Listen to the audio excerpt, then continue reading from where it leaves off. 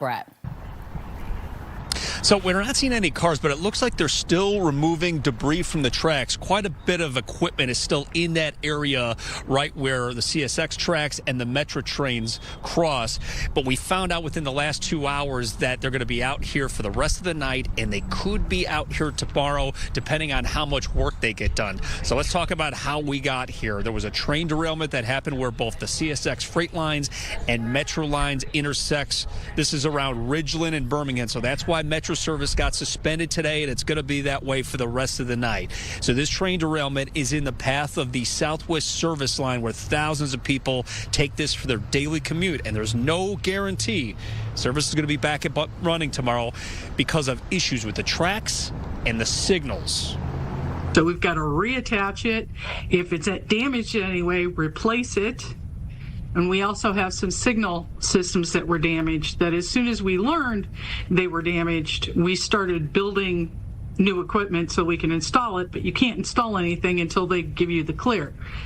And then, of course, that's what we saw immediately in the morning. There could be more other damage that I'm not aware of. So you can still drive over the tracks here at Ridgeland and the Metro station, but you still can't go across the freight tracks about a quarter of a mile to the north of us on this stretch of road. And within the last hour, I got an update from CSX saying that there were no hazmat spills or leaks. Nobody's in any danger. Nobody got injured. But despite what Metro said, they expect that commuter trains are going to be back up and running tomorrow. Certainly, that is going to be one of the big things that people are going to be worried about tomorrow if this is going to be where they have their daily commute. So, Brett, what does it mean for a Metro rider, speaking of the commute, who take that Southwest service line? So in the worst case scenario, one of the situations that we could have, and a suggestion for Metro, is perhaps they could take the Rock Island service line if they take the Metro here. One of the other things that people were taking is maybe they could take a ride share like Uber or Lyft. Some people were taking the CTA trains, but I was looking at the nearest Rock Island line. It's about 7.5, 8 miles away, but you're going to have to go drive another 15, 20 minutes. So just make plans now. That way you have no headaches tomorrow morning. But we're live in Chicago Ridge tonight. Brett Bagansky, Fox Chicago. All right, Brett, thanks for that update. All right, let's get an update on our forecast. It looks beautiful. It is outside. so pretty. Is that kind of just the way the sun is setting? It's gorgeous, right? Makes you want to just stand out there like Brett was doing, Emily. Yeah, well, you know, it's a good day to do that. It's been very nice today. The sunshine was gorgeous, although I will say that the wind, it played a little bit of a larger role in how it feels to us today. So we've had kind of gusty west-northwesterly winds today. That's sending wind chill temperatures for a lot of us into the low 30s, even though air temps are sitting in the upper 30s to low 40s. Previously today, many of us made it into the low to mid 40s for our high temperatures this afternoon. Your evening planner, temperatures are going to fall through the 30s. I think by 10 p.m. a lot of us are going to be pretty close to 30 by that point, eventually finding our low temperatures dropping down into the mid 20s. It's slightly above average because your normal low is right around 21. Here's a look at the next couple of days around here. So we're going to be in the upper 30s to near 40 degrees tomorrow, but 50s are on tap for the weekend. I'll have that forecast coming up. Thanks, Emily. A Chicago man sentenced today in a 2020 double homicide in Chinatown. 26-year-old Alvin Thomas was sentenced to life in prison today. Prosecutors say Thomas approached 2 men and 2 women in a parking lot of an apartment complex in Chinatown. They say he tried to rob all of them and shot the men who resisted. The victim's family is happy to finally have closure, but Thomas's family says he was not trying to rob them and was drunk looking for help. They assumed that he was seeking harm, but he was seeking help. So this case is basically focusing on prejudice, biases within the courtroom, within the judicial system. We have evidence. There are transcripts.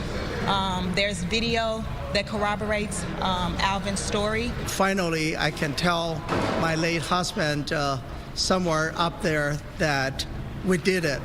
And finally, we got justice. Finally, that's a closure, and finally I can turn the page and start a new life. Thomas's family says neither family won in all of this and suggested they will appeal. Police are investigating a deadly carjacking near Wrigley Field. It happened just before 4 o'clock this morning in the 700 block of South Waveland, just blocks away from Wrigley. Police say 2 men were sitting inside a parked car when 2 armed men came up, demanded their belongings, and shot them. The 22-year-old in the car was killed. The other person in the car wasn't injured. Police say the shooters got into the victim's car and then drove off. No one's been arrested. Well, the investigation into the disappearance of Nancy Guthrie is picking up steam. The sheriff's department detained a person for questioning and later released him. Well, today the FBI is conducting an extensive new search near her home, and now word that TMZ is reporting it has received a tip from someone who says they know who kidnapped her. Joining us now to explain the latest on this case is Charles Latibaudiere. Thank you for being here, Charles. Thank you for having me. So, Charles, a lot of new info, but let's start with that tip your newsroom received, and specifically that Bitcoin demand and the recent activity. Tell us the latest on that and why. Yes, it was an email we got this morning about 5 a.m. Pacific time, and there was a demand for Bitcoin, but instead of saying that they wanted this Bitcoin in exchange for Nancy Guthrie, this person claims that they know who is holding Nancy Guthrie, who kidnapped her, and they said that they want 1 Bitcoin in exchange for that information. They also claim that that the family and law enforcement will not hear from the kidnapper ever again, and basically it came across as kind of braggadocious that the only way you're going to get them is if you work with me. Now, this person also claimed in the email that they have tried to contact Savannah's brother and Savannah's sister by email and by text. So I don't know if that's true. We have shared this email with the FBI. They're clearly, I would think, going to check with Savannah and her family to see if they actually did get any contact from someone who mentioned anything like this. If this person actually does have information about the kidnapper, clearly the FBI would be very interested in talking to them. But if they don't, and they are making this request for money, they could be getting themselves in a lot of trouble for criminal fraud. Yeah. Okay, so you said they asked for 1 Bitcoin. First of all, how much is that? And also, how credible do you believe this tip is, and are police taking it seriously? The FBI certainly took it seriously when we contacted them.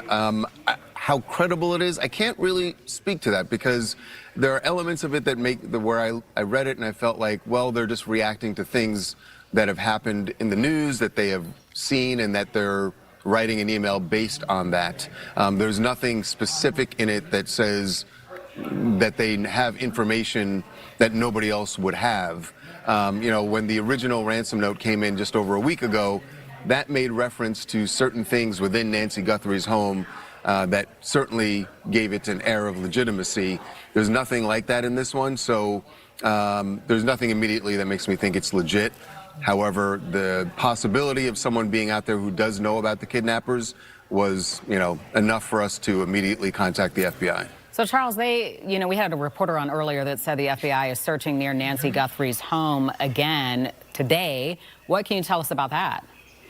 Yeah, they seem to be going over, as they have been for several days, double and triple checking places that they have seen before. And now that they have seen this image of the person who showed up at her door the night she was abducted, they have an idea of some other things they could be looking for. We know for a fact that from our law enforcement sources, the FBI is looking very closely at what the individual was wearing, in particular that backpack, the gloves, and the gun and the holster that the gun was in.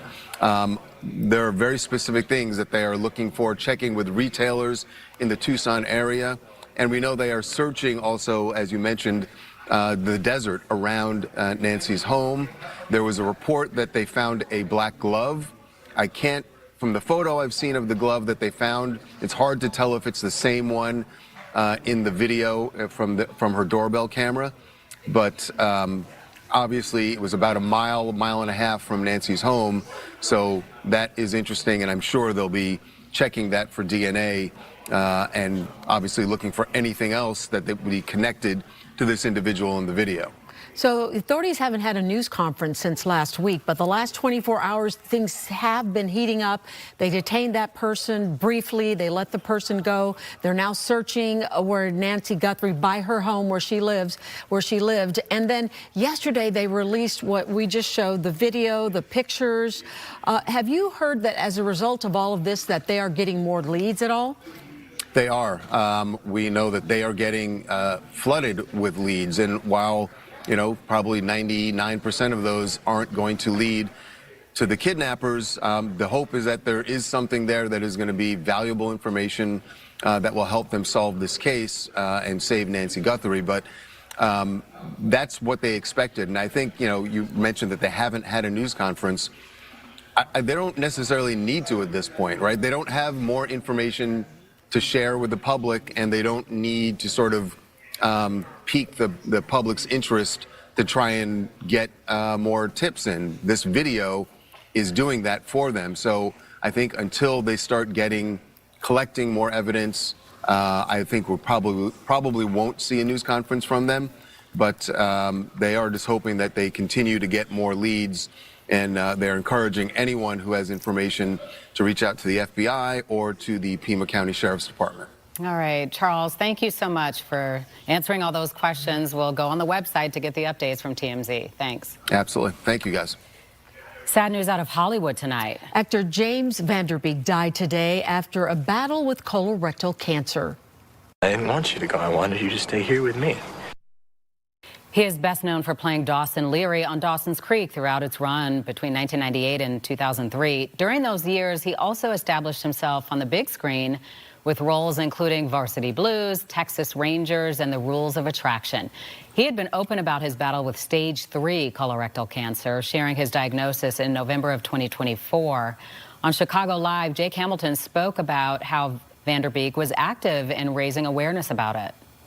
He really did try to do the most with this diagnosis. He tried to bring in as much awareness and as much financial help to other people as he could. He took part in a Fox show called The Real Full Monty, which brought celebrities in who were either indirectly or directly had lives impacted by cancer, and that brought in a lot of awareness for prostate, testicular, and colorectal cancer, for funding, for testing and research.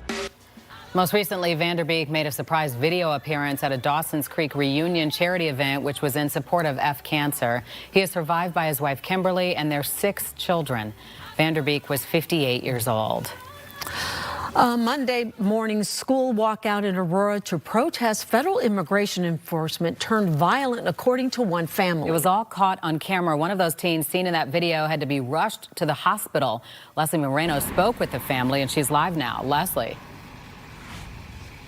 Hey, good evening. Yeah, the family tells me this was a very traumatizing experience. The teen's mother says her son was peacefully gathering and protesting, as were hundreds of other students, when he was tackled to the ground, according to her, for no apparent reason. It was all caught on camera. Take a look. Their family says 15-year-old Yuviel Perez Soto, an East Aurora high school student, was tackled by police and had to be rushed to the hospital, where he was treated for bruises and head injuries.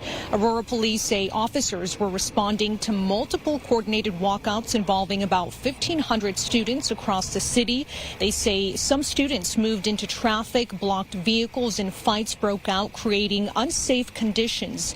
Aurora police say 3 teens were arrested and charged with offenses including obstructing and resisting officers. One of the teens is also accused of punching an officer in the head. Tonight we spoke with the teen who says he's now being charged with improper walking in the roadway. In that moment, he was grabbing me by my sweater and he spun me around. Then some random officers tried to they came out of nowhere and just tackled me to the ground. They were putting all their weight on me and I couldn't breathe. I told them get off me because I couldn't breathe at all. I couldn't breathe. I just woke up, and then they grabbed me. They put me back in the back of the van. Students and community members gathered once again last night, this time in front of the Aurora Police Department. They are demanding that those charges against the 3 teens be dropped, and they're also demanding for accountability as far as the Aurora Police Department. For now, reporting live here in Aurora, Les Moreno, Fox, Chicago.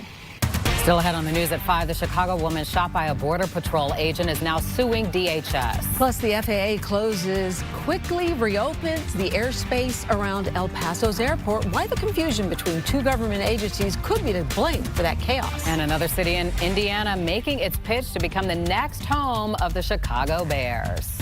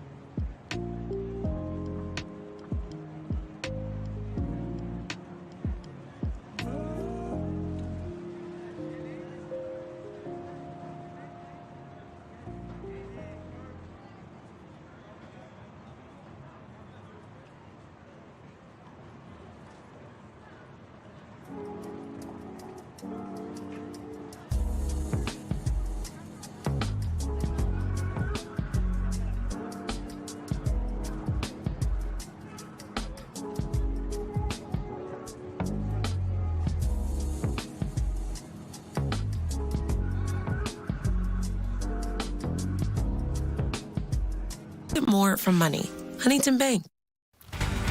Another day, another city trying to lure the Bears. This time it's Portage, Indiana. They're one of just several Indiana cities making a pitch, and another state is also throwing its hat in the ring. Political reporter Paris Schutz is following all of this. Paris, it's not easy to keep track of all this. I feel like you need a map with text. Right? How many states are going to be in the running now? Wisconsin, maybe there's a site in Racine or just over the border we haven't thought about. But yeah, Portage put together a proposal. Portage by Ogden Dunes, they're a little further than Gary. Their mayor came out with a proposal today, full renderings, $5 billion stadium facility, Hallis Harbor, sailgating instead of tailgating, yes. you know, beautiful. Just like right now at Soldier Field, you can just kind of hang out on the water there. And they want the Bears to come to their burg over there right by the shores of Lake Michigan. And here's the catch. They're saying the Bears won't have to owe a dime. Okay, the Bears probably are perking up at that. And taxpayers won't have to owe a dime. Well, then who does that leave? Right. So today they explained some of what their financing would be. They would have investors. This is led by a Chicago investor and philanthropist named Lou Weisbach. And he has come up with this proposal where investors would put all the money up front. and they get paid back through concert tickets into the future, the escalating prices of concert tickets. So in 10 years, if there's a Lady Gaga concert and, you know, the average price for that now is $1,000, well, in 10 years, the average price will be $5,000 or whatever. And so the investors will make their money on that. That is how he is proposing to finance this. And he says he did the numbers and they can make it work. And so the mayor of Portage put this proposal together today. To lure the Bears. But as far as I understand, the Bears still have their sights set on Arlington Heights, Illinois, or Hammond, right by Wolf Lake. Right. Have they even responded to the Portage proposal? We haven't gotten a response from them yet, although we did speak with Mr. Weisbach today, who said that he has not talked to the Bears directly about this. And here's the other thing he said, that this financing model could be used for wherever they want to go. So say they go to Arlington Heights and they want to call up Mr. Weisbach and get in on this financing model, then he is game to do that. So he's looking for a deal. He's looking for a deal here. There's no indication that the Bears are interested in an outside party here coming and being a part of this. I think the two options right now are they pay for the stadium here in Illinois, and Illinois helps them out with infrastructure and taxes, or Indiana helps pay for the stadium. They have no tax bill whatsoever, but then they don't own the stadium. Those are the two options right now that the Bears are weighing. And we have been told this week that talks have gotten more serious with Illinois lawmakers, as Indiana, their legislative session ends in 2 weeks. Their House Speaker wants a commitment from the Bears. If we're to pass this bill, you come to Indiana. You don't just say, well, we're thinking about it, we're interested. No, you commit. Indiana is your stadium if we're to pass this bill. So 2 weeks is when we're going to have an answer, we think. All right. Yeah, but interesting, isn't it? If they don't like door number 1 or 2, Portage is saying door number 3. Portage. They gave it a great try. The video and everything they did, pretty incredible. Why not? Yep. All right, we'll see. Thanks, Paris. Okay, you got it. Let's check in on our forecast now. Emily, tell us more about the warm-up. Well, it's gorgeous outside right now. Today we had temperatures that were topping out in the upper 30s to mid 40s across most of the area. And right now we have temperatures that are beginning to slip back down into the 30s. So 38 degrees in Woodstock, 36 in Gary, 39 in Merrillville. We're now at 40 in Aurora, 43 degrees currently in Joliet. Here's where we're headed. So it is going to be another kind of chilly night for us. Temperatures are dropping down into the mid 20s, but tomorrow morning's mid 20s is going to feel way different than the mid 20s that we had this morning, because today it was a little gusty out there. So wind chill temperatures this morning, they were cold in the lower teens, but tomorrow it's going to feel like the mid 20s with calm winds. Through the day tomorrow, skies become sunny. Late in the day, we'll have temperatures in the upper 30s to near 40 degrees. We're back down to the 20s for overnight lows Thursday night into early Friday. But then Friday afternoon, we are warming up in a really big way. Upper 40s to near 50 degrees. Lots of sunshine to round out the work week. Over the weekend, we're going to be partly cloudy. High temperatures starting on Saturday are expected to be in the 50s. We'll be right back.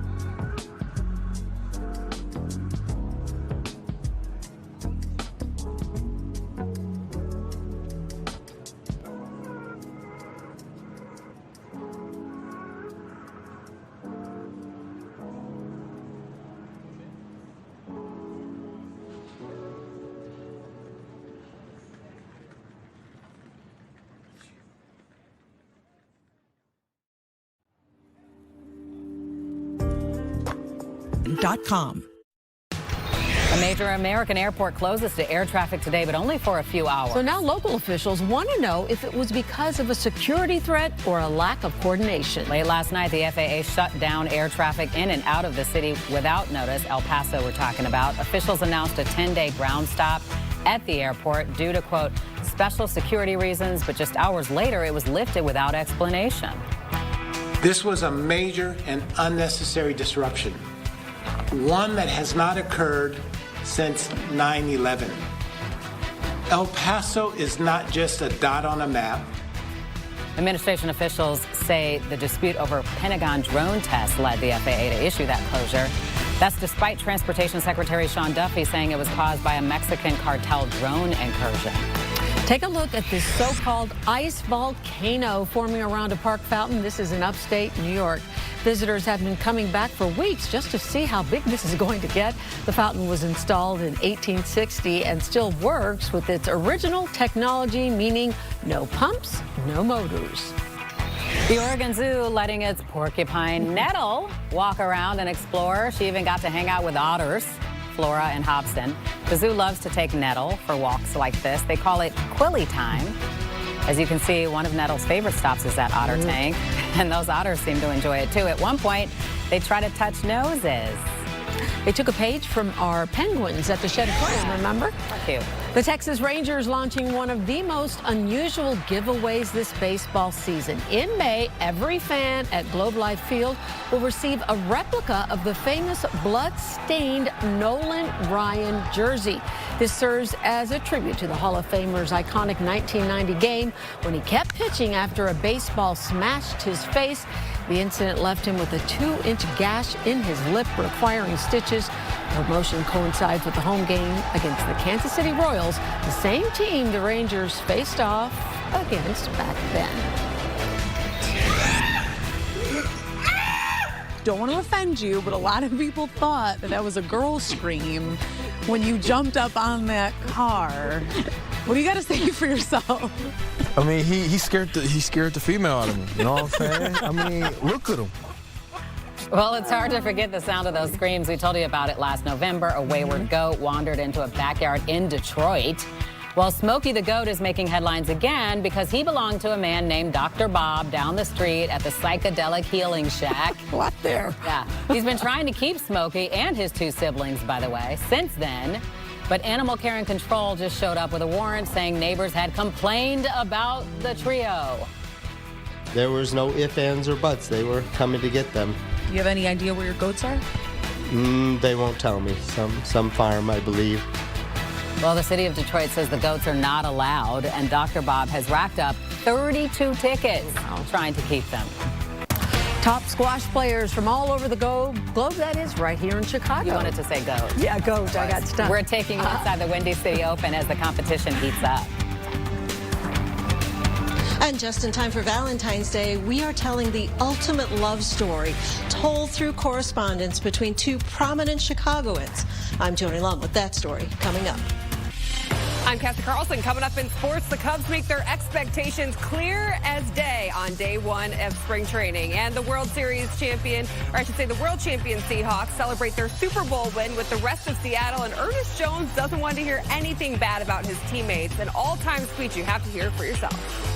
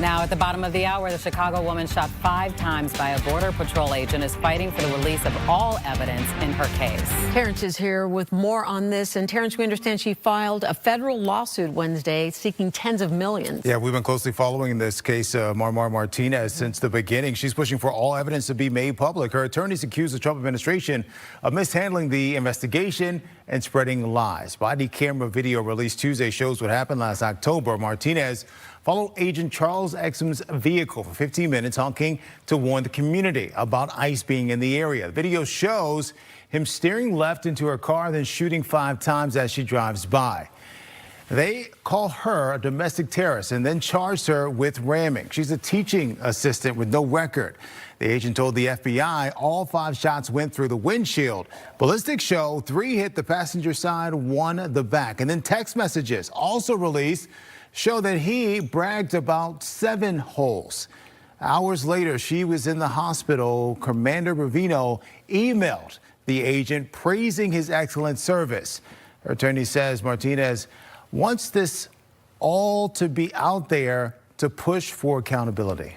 The chief of Border Patrol, while Marimar's in the hospital hooked up to IVs, hopefully going to survive, is emailing the agent saying, "Good afternoon. I'd like, of all the things, right? I'd like to extend an offer to extend your retirement by age 57. So what message does this send to all the agents? Okay? If you shoot a protester while you're wearing the Border Patrol uniform, the first thing you're going to get within 4 hours of the shooting, first of all, there'll be no investigation.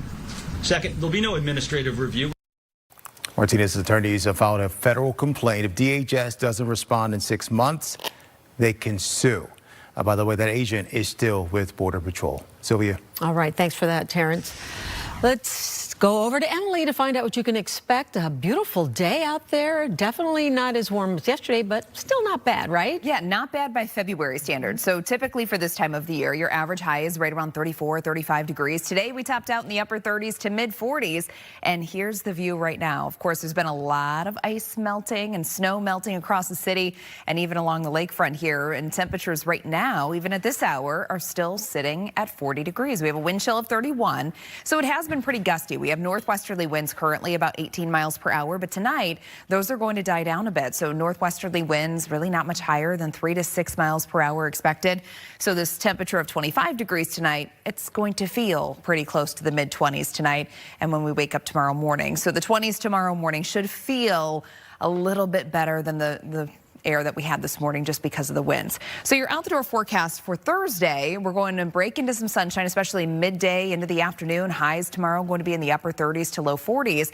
And then we're jumping into the upper 40s to low 50s by the end of the week. Saturday for Valentine's Day looks great, partly cloudy. We'll have a high right around 50. Back to you. All right. Sounds good. Thanks, Emily. And just in time for Valentine's Day, a historic love story is now being shared. It's being revealed in love letters exchanged between 2 people well known in the community. Joni Lum is live, and we love it. This breaks stereotypes. It does, because, you know, the Chinese are not real expressive when it comes to romantic love, but it is detailed here in the lost art of letter writing in an exhibit at the Chinese American Museum of Chicago. 300 letters between Bernie and Albert Wong. They're a married couple, role models in Chinatown, and this is like reading the secrets that they shared. The exhibit is called All My Love, Bernie and Albert's Love in Letters. They were in college in the 1960s. It was a long-distance relationship. Their intimate plans and emotions are here for all to read. She questions what his family might think about their plans for marriage. He questions her cooking skills. They write of their strong desire to serve their community. Now, Bernie started the Chinese American Service League. Albert was an educator and a successful businessman. The letters were donated by their daughter after their death, and they've already caused an emotional response.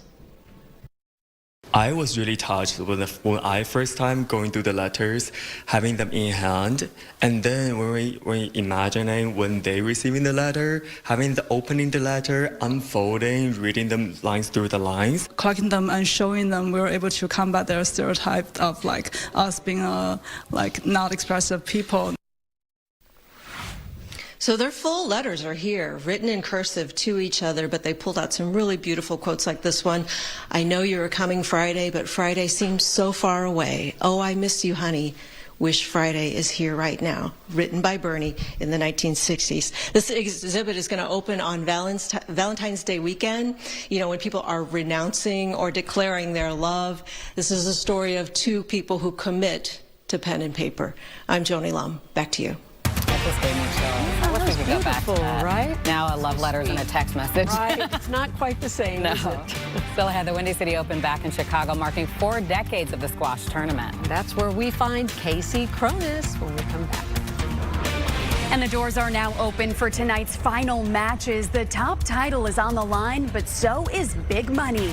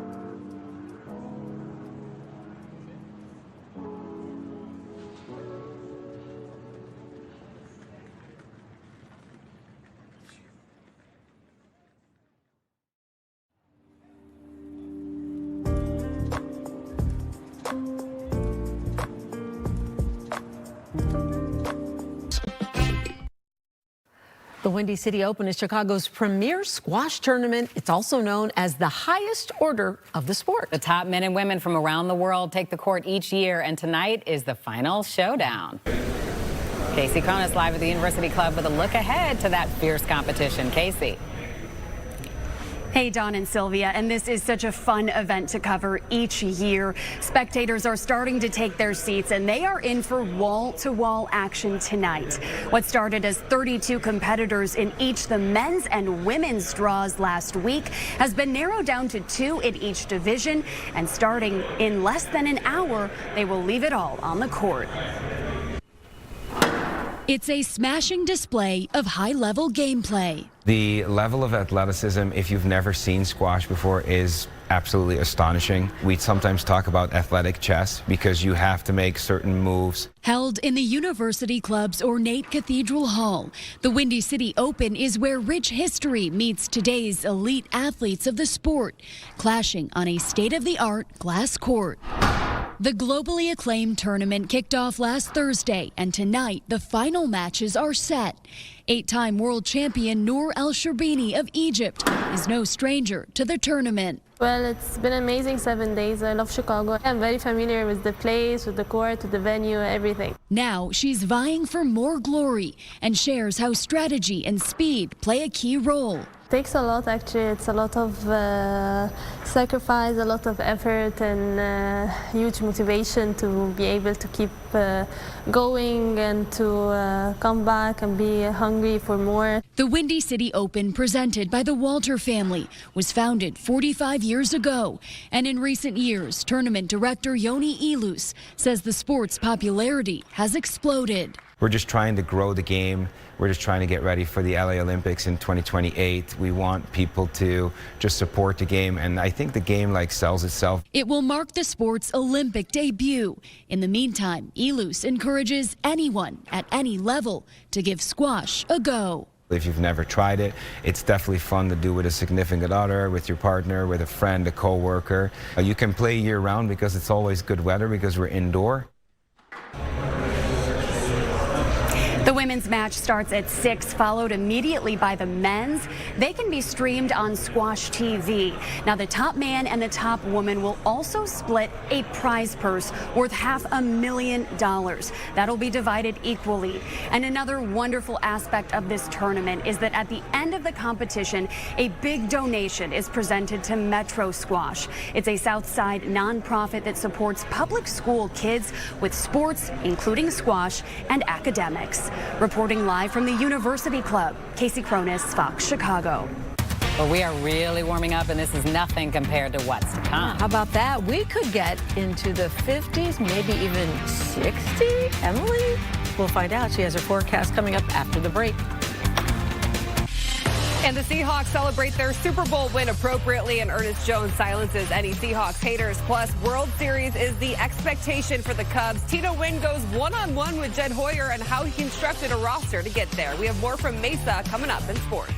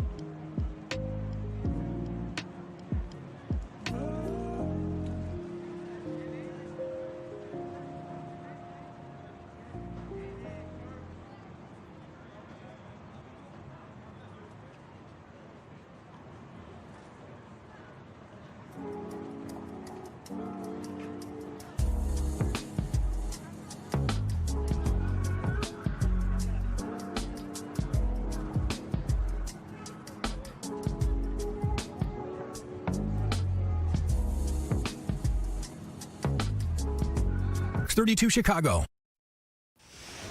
So time to get out the shorts and T-shirts? Is that what you're talking about? You know, I've been seeing some shorts and Really? some T-shirts over the last couple of days. Today, of course, was feeling a little cooler, definitely because of the wind that we had. That made a pretty big difference on how cold it feels to us. But regardless, above average. So typically for this time of the year, your average high is in the mid-30s. We made it into the upper 30s to mid-40s today. One of the warmest spots was Joliet, coming in at 46 degrees. We made it to 42 at O'Hare, 45 in Gary, 38 in Valparaiso, and 44 degrees in DeKalb. Here's where we're headed over the next few days. So tomorrow's temperatures are going to be really similar to what we had today, in the upper 30s to low 40s, and then we're jumping up to near 50.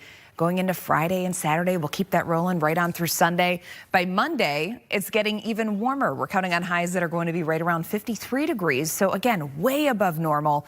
And we're going to keep it going. So this is your temperature outlook from the 17th through the 21st. That's Tuesday through Saturday of next week. And we're strongly favored to see above average conditions. In fact, I think by Tuesday and Wednesday, we could potentially be looking at temperatures pretty close to 60 degrees in some portions of the area. So really going to be something to watch.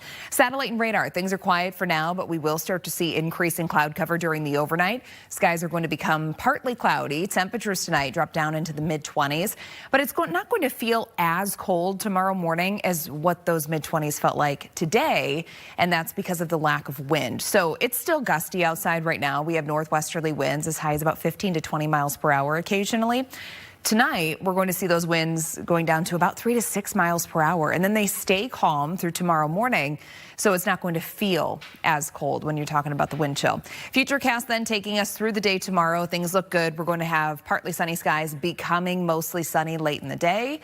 Your highs are going to be pretty close to 40 degrees, and then by Friday, we're tapping into that southerly wind flow, so that's bringing in that warmer air. Temperatures are going to warm up to right around 50 degrees for your high on Friday.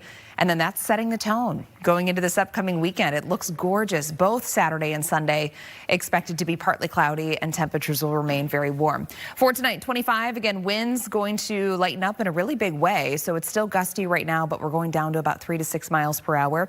7-day forecast for you tomorrow, 39, 49. Lots of sunshine on Friday. Saturday and Sunday were partly cloudy, highs near 50. And then early next week, we're going to be in the mid-50s by Tuesday. And by Wednesday, we have a shot at 60. Cassie. Thanks, Emily. Day one of spring training for the Cubs, pitchers and catchers reporting, but a lot of the other players already in Arizona. And with the new additions on the team, the Cubs are favorites to win the NL Central, but inside the clubhouse, they're all in on winning a World Series. Tina Nguyen has the latest from Mesa. The Cubs once again head into the season with their sights set high after a heartbreaking exit in the NLDS. The message in the clubhouse has been clear. This group wants to accomplish more. The Cubs have been busy in the offseason reshaping their bullpen, adding Edward Cabrera to their rotation, and signing two-time World Series champ Alex Bregman to the roster. The journey now back to the postseason begins. Everybody in this industry wants expectations. You work hard to get expectations, and that's what I can refer to. You work really hard to build a roster that has expectations. You work really hard to get on a team that has expectations. So that's what we want. Sometimes I think there's this misnomer with that. So we're truly excited that we have expectations. It's not easy to get them, and so you work hard to get them. It's the same as last year. It's to win a World Series. That's the expectation we hold ourselves to. If you're in here and you don't want that, you got to take a look in the mirror. Well, day one of spring training for the Cubs has officially wrapped up. We also got the chance to catch up with Cubs president Jed Hoyer. Take a listen. What excites you the most about this team heading into the season? I think you said it earlier. I think we talked about unfinished business. Okay. In my career, some of the best seasons have come after good postseason runs, but ones that fell short. I think there's a level of hunger here that you feel. They got a taste of it last year. Fell short against the Brewers in Game 5. And so I think that, to me, is really important. That's what you feel here. There's an excitement and an energy that they know we have a good team. Yeah. They know that the guys are back together.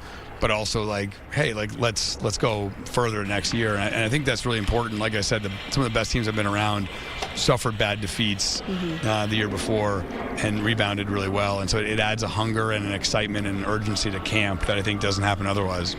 For more on our conversation with Jed Hoyer, head on over to our YouTube channel at fox32chicago.com. Tomorrow, Craig Counsell and Kate Horton will join us for a conversation. Reporting in Mesa, Arizona, I'm Tina Nguyen, Fox Chicago Sports. Thanks, Tina. And we have more from Jed Hoyer coming up at 9:30 on Chicago Sports Tonight, or you can catch it early at 6 on Fox Local. And the Score's Matt Spiegel joins us to talk about the Cubs' sky-high expectations. Are they even higher this year than they were back in 2016? And what does progress look like for the White Sox? Plus, Iowa Bears, anyone for it? That and more coming up on Chicago Sports Tonight. Well, Seattle Public Schools stayed open and didn't consider missing class for the Seahawks Super Bowl parade an excused absence, but the 12s showed out for their champions today. The parade ended at a packed Lumen Field with Mike McDonald filming moments on his phone, which makes this all that much more relatable, while Sam Darnold and Ernest Jones had a message for their fans.